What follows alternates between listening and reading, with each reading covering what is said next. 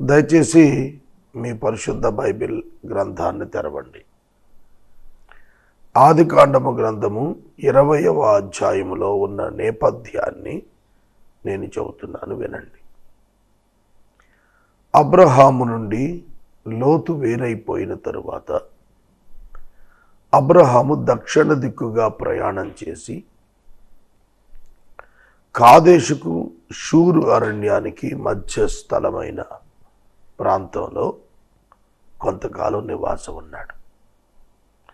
ఆ నివాస కాలంలో గెరారు అనే స్థలానికి వెళ్ళాడు. గెరారు ఫిలిస్తీయుల యొక్క దేశం.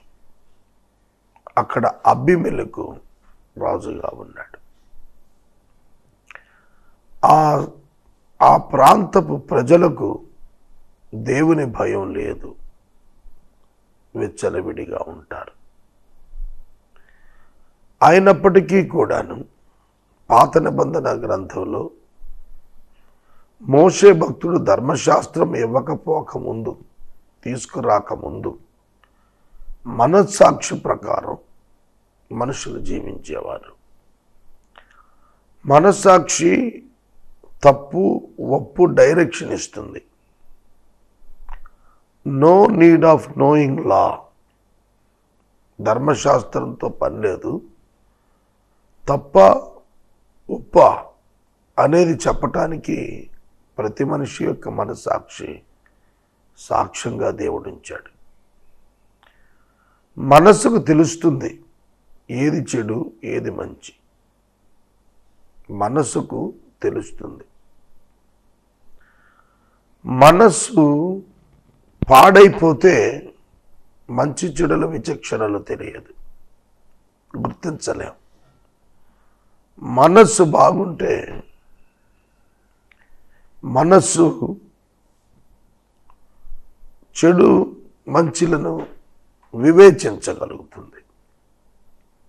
ఆ నేపథ్యంలో ధర్మశాస్త్రాలు లేకపోయినా, కాన్స్టిట్యూషన్స్ లేకపోయినా ప్రజలు వాటిని కీడు మేలులను ఎరిగే ఉన్నారు. అబీమెలెకు రాజు దగ్గర అబ్రహాము శారాను తన చెల్లెలు అని చెప్పాడు. ఆ కారణం చేత శారాను అబీమెలెకు అబ్రహామునకు 1,000 రూపాయలు సోదరుడిగా బహుమానం ఇచ్చి ఆమెను తీసుకెళ్ళిపోయాడు. ఆమెను తీసుకెళ్ళి తన రాజసౌధంలో ఉంచుకున్నాడు. దేవుడు శారా కారణంగా, అబ్రహాము యొక్క ప్రార్థన కారణంగా అబీమెలెకు ఇంట ఉన్నటువంటి స్త్రీలు, గర్భవతులు, వారు డెలివరీ కాకుండా బాధ పెట్టాడు. స్త్రీలు గర్భవతులు డెలివరీ అవటం లేదు. చాలా బాధ పరిస్థితి. ఎందుకో ఆ మంత్రసానులకు అర్థం కాదు. అప్పుడు వాళ్ళు దే చెక్డ్ దెమ్సెల్వ్స్. ఆ సమయంలో దేవుడైన యెహోవా గెరారు రాజు అయినటువంటి అబీమెలెకునకు కలలో కనిపించి మాట్లాడారు. ఇది వృత్తాంతం. ఈ సందర్భంలో జరిగినటువంటి కొన్ని ప్రశ్నలు, 4 ప్రశ్నలు. అబీమెలెకును దేవుడు దర్శించి రాత్రి వేళ స్వప్నములో, నీవు నీ ఇంట చేర్చుకునిన స్త్రీ ఒక పురుషునికి భార్య గనుక ఆమె నిమిత్తము నీవు చచ్చిన వాడవు. ఇవాళ తెలుగు పేపర్ తెరిస్తే చాలు, పలానా వివాహిత అదృశ్యం, తర్వాత 2-3 దినాలకు వేరొక అక్రమ సంబంధ కారణం, పరాయి పురుషులతో వెళ్ళిపోయినది అనే వార్తలు చూస్తున్నాం. ఎవరైతే అక్రమ సంబంధాలు కొనసాగిస్తున్నారు, పరాయి వ్యక్తి భార్యను పాడు చేస్తున్నారు, తాము పాడవుతున్నారు. వారికి ఈ వాక్యము దేవుడిస్తున్నాడు. నీవు తీసుకుని వచ్చిన స్త్రీ వేరొక పురుషుని భార్య గనుక ఆమె నిమిత్తము నీవు చచ్చిన వాడవు. అక్రమ సంబంధాలకు దేవుని యొద్ద ఉన్న శిక్ష అగ్నిగుండము, మరణము. కొన్ని సందర్భాల్లో ఫిజికల్ డెత్ కూడా దేవుడు ఇవ్వవచ్చు. Physical death. సోదరుడా, సోదరి, ఒక మాట చెబుతాను, గుర్తుంచుకోండి. మీకు ఎప్పుడైనా ఏదైనా ప్రాబ్లమాటిక్ థింగ్ ఎదురైనప్పుడు, ఒక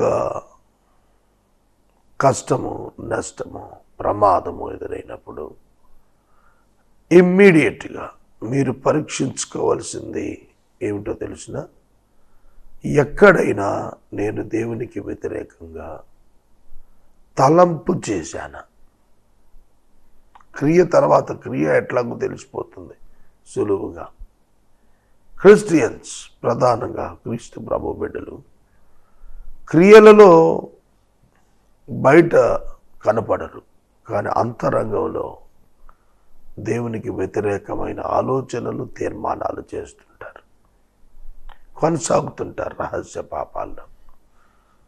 అటువంటప్పుడు కూడా దేవుడు శిక్షార్థం కొన్ని సమస్యలను ఇస్తారు, కొన్ని ప్రమాదాలు అపవాదికి అప్పగించేస్తాడు. ఇది వాస్తవం. అబీమెలెకు దేవునితో వెంటనే అడిగిన మాట ఏమిటంటే, ప్రభువా, ఇట్టి నీతి గల జనమును హతము చేయుదువా? ఈ ప్రశ్న అడగటానికి ముందు ఒక వచనం ఉంది, అది రాయకపోతే అపార్థం వచ్చేది. అబీమెలెకు షారాను ముట్టలేదు, ఇంకా ఆమెతో పోలేదు.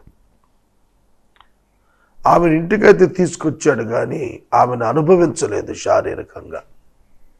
దేవుడు ఆపాడు. దేవుడు ఆపాడు. ఆ రాత్రి అబీమెలెకునకు దేవుడు కనపడకపోతే ఏమిటి పరిస్థితి? అబీమెలెకు షారాతో వెళ్ళి ఉంటే ఎంత ప్రమాదం అయ్యేది? ఎటువంటి గొప్ప దేవుడు! మెస్సియాను ఆ ఇంట నుంచి తేవాలని దేవుడు ప్రణాళిక ఆయన బయలుపరుస్తుంటే, అబ్రహాము తన భయాన్ని బట్టి తన భార్యను చెల్లని చెప్పి అబద్ధమాడి ఈ పరిస్థితి తెచ్చాడు.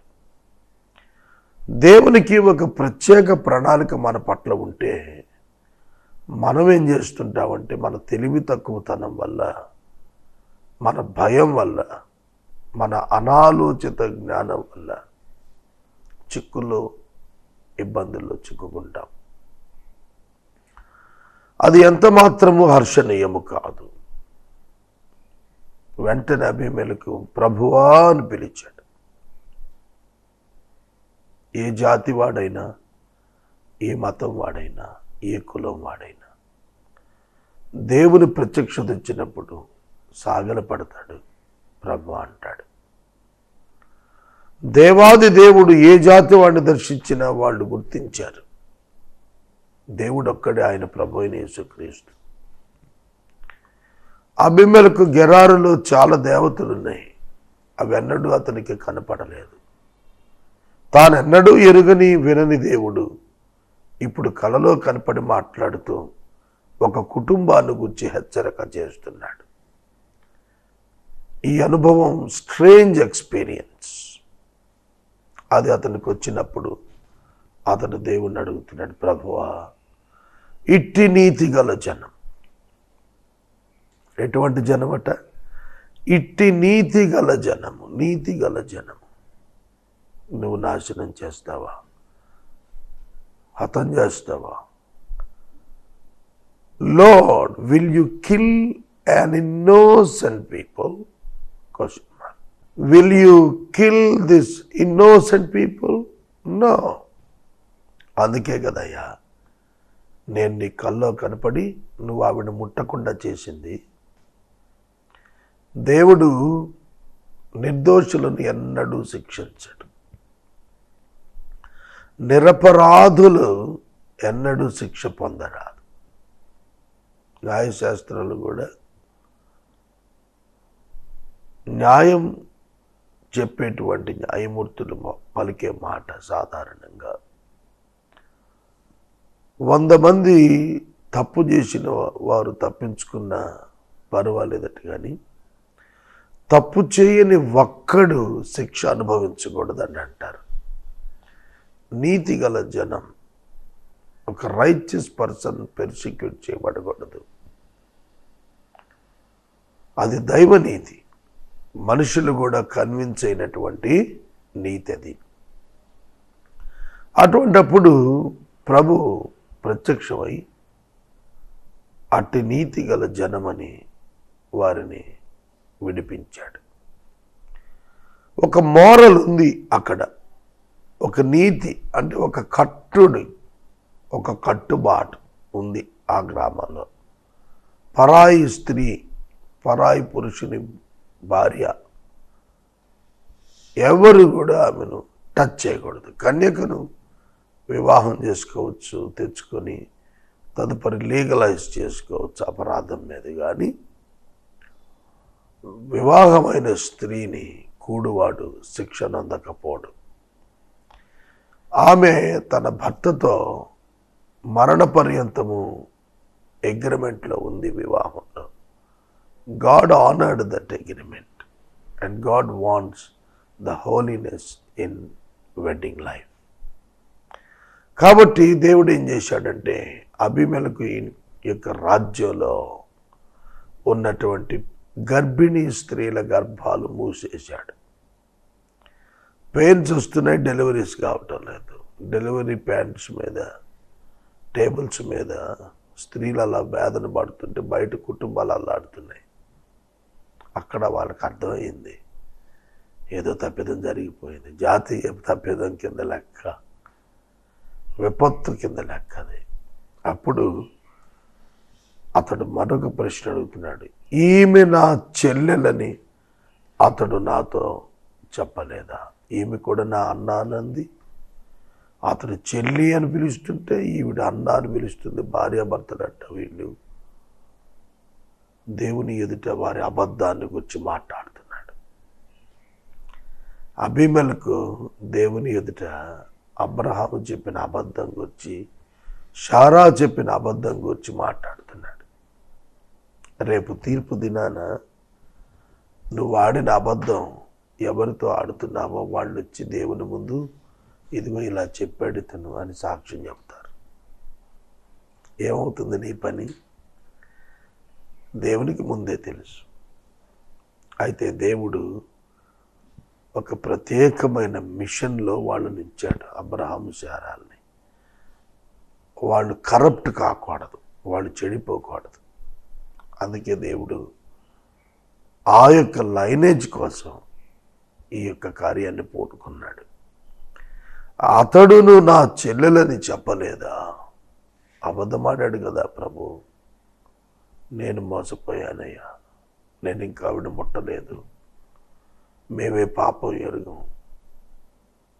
అందంగా ఉంది చెల్లెని చెప్పాడు, 1000 రూపాయలు ఇచ్చాను. ఆ రోజుల్లో ఇవాళ వరకట్నం, ఆ రోజుల్లో కన్యాశుల్కం అని ఉంటారు చూసారు, ఆ టైప్ అన్నమాట. ఓలి అంటారు, అంటే డబ్బిచ్చి కన్యకను తీసుకుంటారు. మనం ఇక్కడ రివర్స్ కల్చర్ మంది.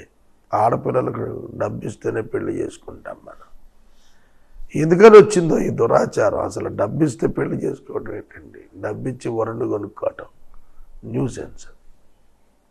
అందుకే ప్రభుత్వం మనకు చట్టం కూడా చేసింది, టీవీ 9 అయితే చక్కగా వేస్తాడు, కట్నం అడిగినోడు గాడిదని. మన దేశం అంతా గాడిదలమయం చేసేశారు వరకట్న దురాచారం చేత. చాలామంది వరకట్నానికి ఆశపడుతున్నారు, అది కరెక్ట్ అయింది కాదు. అబద్ధము అబద్ధము అబద్ధము. అబ్రహాము 2వ పర్యాయం ఒకే రకమైన అబద్ధం. But God graced them. అంతే. ఆలోచిస్తే మరి ఒంటరిగా ఉన్నారు, తోడెవరు లేరు. ఇదివరకు లోతు కొంత జనం ఉండేవాళ్ళు, ఇప్పుడు వాళ్ళు కూడా లేరు. ఇటు చూస్తే పెద్ద రాజ్యం, రాజుగారు, సైన్యం అంతా, భార్య చూస్తే అందగత్తే. మరి అతను చంపి ఆవిడ పట్టుకుపోతారు. బార్బేరియన్ నీతి అక్కడ. వాళ్ళకి ఏం భయం ఉంటుంది? దేవుని భయం ఉండదు. అది ఆ షూర్ అరణ్యం, కాదేశు నుంచి షూర్ అరణ్యానికి వెళ్ళే మార్గం. పీపుల్ ఆర్ వెరీ క్రూయల్, చాలా క్రూరంగా ఉంటారు వాళ్ళు. అట్లాంటి చోట అబద్ధం ఆడక తప్పలేదు అతనికి, తన భయాన్ని బట్టి. దేవుడు అబ్రహామును ఈ విషయంలో కనికరించాడు. ఈ యొక్క సందర్భంలో ప్రభువు అతనితో మాట్లాడుతున్నప్పుడు అబీమెలెకుతో, అతని భార్యను తిరిగి అప్పగించము, అతడు ప్రవక్త, అతడు నీ కొరకు ప్రార్థన చేస్తాడు. అప్పగించకపోతే నీవు నీ వారు అందరూ నిశ్చయంగా చచ్చిపోతారు తెలుసుకో అని దేవుడు వార్నింగ్ ఇచ్చాడు. దేవుడు వార్నింగ్ ఇచ్చాడు. గుర్తుపెట్టుకోండి, ఇక్కడ తప్పు చేసింది ఎవరు? అబ్రహాము, శారా.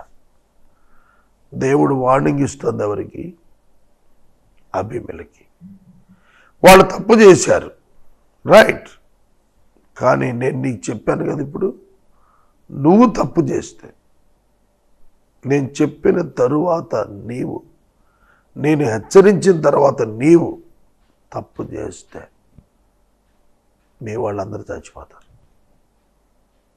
షాక్ తిని లేచి కూర్చున్నాడు. ఆ దర్శనం అతనికి తెలుస్తుంది. తెల్లారిపోయింది. అబీమెలెకు లేచి సేవకులందరినీ పిలిచి చెప్పటం ప్రారంభించాడు. రాత్రి దేవుడు కల్లో వచ్చాడు. మన మధ్యలో ఉన్న అబ్రహాము మన దేశానికి వచ్చాడు కదా, అతడు ఒక గొప్ప ప్రవక్త, దేవుని బిడ్డ. అతడు మన యొక్క ఇండిసిప్లిన్ బట్టి భయపడి తన భార్యని చెల్లెని చెప్పాడు. ఆవిడ కూడా తన ప్రేమ చొప్పున అబ్రహామును కాపాడటానికి చెల్లెలని చెప్పింది. మనం డబ్బిచ్చి ఆవిడ తెచ్చాము, కానీ ఆమెను ఇంకా కూడలేదు. దేవుడు హెచ్చరించాడు రాత్రి, ఇంకా మనం ఆ తప్పిదం చేస్తే పురుషులందరూ చనిపోతారు ఈ రాజ్యంలో, కుటుంబాలన్నీ చనిపోతాయని దేవుడు చెబుతున్నాడు. చాలా భయపడిపోయారు. అబీమెలెకు చెప్పినప్పుడు ఆ దేశంలో అతని సేవకులు వారందరూ కూడా చాలా భయపడ్డారు. మరణం అంటే భయం లేనివాడు ఎవరు? ఎవరికైనా మరణం అంటే భయం వస్తుంది. మరణాన్ని ఎవరు ఆహ్వానించరు. ఫిజికల్ డెత్ని ఎవడు ఆహ్వానిస్తాడు? శరీరంలో ఉన్నవాళ్ళు ఎవ్వరూ కూడా మరణాన్ని ఆహ్వానించరు. తమ యొక్క ప్రాణాన్ని కాపాడుకోవటానికే చూస్తారు. ఏ మనుషునైనా, ఏ కుటుంబమైనా పోగొట్టుకోవటానికి ఇష్టపడదు. ఒక వ్యక్తికి క్యాన్సర్ వచ్చింది అనుకోండి ఇంట్లో, పోనీలే క్యాన్సర్ వచ్చింది, let us send this fellow, ఇతన్ని పంపించేద్దాం పరలోకానికి అని ఎవరైనా అనుకుంటాడా? ఎవరు అనుకోరు, ఎవరు కూడా అనుకోరు. అవునండి, దేవుని వాక్యంలో మనం చూస్తున్నప్పుడు వారంతా భయపడ్డారు. వెంటనే అబ్రహామును అబీమెలెకు పిలిపించేశాడు. అబ్రహాం వచ్చాడు. అబ్రహాం ఎదురుగా నుంచున్నాడు. అతను అడిగిన ప్రశ్న, గుండెల్లోంచి వచ్చిన ప్రశ్న, నీవు మాకు చేసిన పని ఏమిటయ్యా? నీవు నా మీదకి, నా రాజ్యం మీదకి మహాపాతకం తెచ్చినట్లు నేను నీ ఎడల చేసిన పాపం ఏమిటి? 2 ప్రశ్నలు. మనిద్దరికీ ముందు పరిచయమే లేదే, మనిద్దరికీ ఏ విధమైనటువంటి తగు లేదు. నేను నీ పట్ల ఏం ద్రోహం ఎప్పుడు చేయలేదు, నువ్వింత ద్రోహం నాకు చేసావేంటి? మా దేశం మీదకి ఇంత పాతకం నీవు తీసుకొచ్చి పెట్టావేంటి? చెయ్యరాని కార్యం నాకు చేసావేంటయ్యా అని అడుగుతున్నాడు. ప్రశ్నలు కురిపిస్తున్నాడు. అబ్రహాము చెప్పినది ఏమిటంటే, ఈ స్థలమందు దేవుని భయం ఏమాత్రము లేదు కనుక నా భార్య నిమిత్తం నన్ను చంపుతారనుకొని చేశానండి. నా చెల్లెలు అని చెప్పింది ఒక వరుసలో కరెక్టే, నా చెల్లెలే, నా తండ్రి కుమార్తె ఆవిడే, తల్లి కుమార్తె కాదు, కాబట్టి చెల్లెలే. దేవుడు నన్ను నా తండ్రి ఇల్లు విడిచి దేశాంతరం పోయేటప్పుడు పొమ్మని చెప్పినప్పుడే ఏంటి ఎప్పుడట ఊరు కల్దీయుల పట్టణంలోని ఊరు వదిలినప్పుడే అప్పుడే చెప్పాడట. ఎప్పుడు ప్లాన్ చేశారో చూడండి వీళ్ళు. అంటే ఇక అబ్రహాము ఎన్ని స్థలాలకి వెళ్ళినా ఇదే చెప్తాడు. ఐగుప్తులో అలాగే చెప్పాడు, దేవుడు జోక్యం చేసుకోబట్టి బయటపడ్డాడు. ఇప్పుడు గెరార్లో ఇదే స్టోరీ రిపీట్ చేస్తున్నాడు. ప్రాణ భయం, దేవుని భయం ఈ స్థలంలో బొత్తిగా లేదండి. ఆ కారణం చేత నేను అబద్ధం చెప్పాను. But he trusted God that he knows that God will certainly release her. శారాను విడుదల చేస్తాడు దేవుడు అని తెలిసాయి. అయితే హీఈస్ వెయిటింగ్ అపాన్ గాడ్. అతడు ప్రవక్త అని రాస్తున్నాడు. ప్రవక్త is the man of God. దైవజనుడయ్యా, జాగ్రత్త. ఒక మాట గుర్తుపెట్టుకోండి, దేవుడు దైవజనుల కుటుంబాలు, దేవుని ఎరిగిన బిడ్డల యొక్క కుటుంబాలకు కంచె వేసి కాపాడతాడు. యోబు కుటుంబం గొప్ప ఉదాహరణ. ఇవాళ దేవుని పిల్లలు భయపడక్కర్లేదు. దేవుని పట్ల విశ్వాసం ఉంచి జీవించుతున్న వారికి కంచె నాటబడుతుంది. ఇష్టపూర్వకంగా పాపం చేయటానికి పరిగెత్తేవాడు తర్వాత శిక్ష పొందుతాడు. అలా కాకుండా పరిస్థితులను బట్టి దేవుని పిల్లలకు కలిగేటువంటి ప్రమాదాల నుంచి దేవుడే వాళ్ళను తప్పిస్తాడు, దేవుడే వాళ్ళని కాపాడుకుంటాడు. లేకపోతే ఇంక ఉపయోగం ఏముంది? అందుకని నీవు మాకు చేసి నీ మహాపాతకం ఏంటి? మేమేం చేసావనయ్యా ఈ పని చేసావు మాకు? అబ్రహామా, నువ్వు మాకు చేసిన పని ఏంటయ్యా? మేమందరం చచ్చిపోయేవాళ్ళం కదా. But God graced us. దేవుడు కరుణించాడు. కనుక నీ భార్య నువ్వు తీసుకెళ్ళయ్యా. అంతేకాదు, నేను నీకు 1000 రూపాయలు ఇచ్చాను కదా నీ భార్య నిమిత్తం, నీ చెల్లన్నందుకు 1000 ఇచ్చాను, అది కూడా నువ్వు ఉంచుకొని అయినా నాకు అవసరం లేదు, వెనక్కి ఇవ్వక్కర్లేదు. అది నా తప్పు కింద కాసి, తప్పుకు నేను తెచ్చింది తప్పే, దేవుడు చెప్పాడు కనుక తప్పే, ఆ 1000 రూపాయలు నాకు వదిలేసుకుంటున్నాను అన్నాడు. అబ్రహాము అప్పుడు ప్రార్థన చేశాడు. దేవుడు ఎప్పుడైతే వాళ్ళు శారాను పంపించటానికి ఇష్టపడ్డారు, దేవుడు హెచ్చరికను పట్టించుకొని ఒబే చేసి ఆయన మాటను శారాను వెనక్కి ఇచ్చేస్తున్నారు. వెంటనే అబీమెలెకు గొడ్లను దాసదాసీలను రప్పించి అబ్రహాముకి ఇచ్చిన తర్వాత అబ్రహాము యొక్క ప్రార్థనకు దేవుడు వారిని స్వస్థపరిచాడు. అతని భార్యను దాసీలను బాగు చేశాడు. వారి పిల్లలను కనిరి. అర్థమైందా? ఎంతసేపు వాళ్ళు డెలివరీ టేబుల్స్ మీద ఉండిపోయారు. ఇంకా కొడుకు పుడతాడు, కూతురు పుడుతుందని ఆత్రంగా ఎదురు చూస్తున్న వాళ్ళకి అలానే కంటిన్యూ అవుతున్నాయి పెయిన్స్, కానీ డెలివరీస్ అవటంలా. కాబట్టి ఎప్పుడైతే ఇమీడియట్గా వాళ్ళు వెనక్కి పంపించారో అప్పుడు వాళ్ళు కన్నారు. నేను అనుకుంటాను ఆ దేశం దేవునికి రుణపడిపోయిన, లేదా దేవుని భయపడిన, దేవుని అంగీకరించిన దేశంగా మారిపోయి ఉంటారు. శారాను బట్టి ఆ ఇంట దేవుడు ప్రతి గర్భాన్ని మూసేశాడు. నేను వాక్యాన్ని ముగిస్తూ మాట్లాడుతున్నాను. God will take care of you, my friends.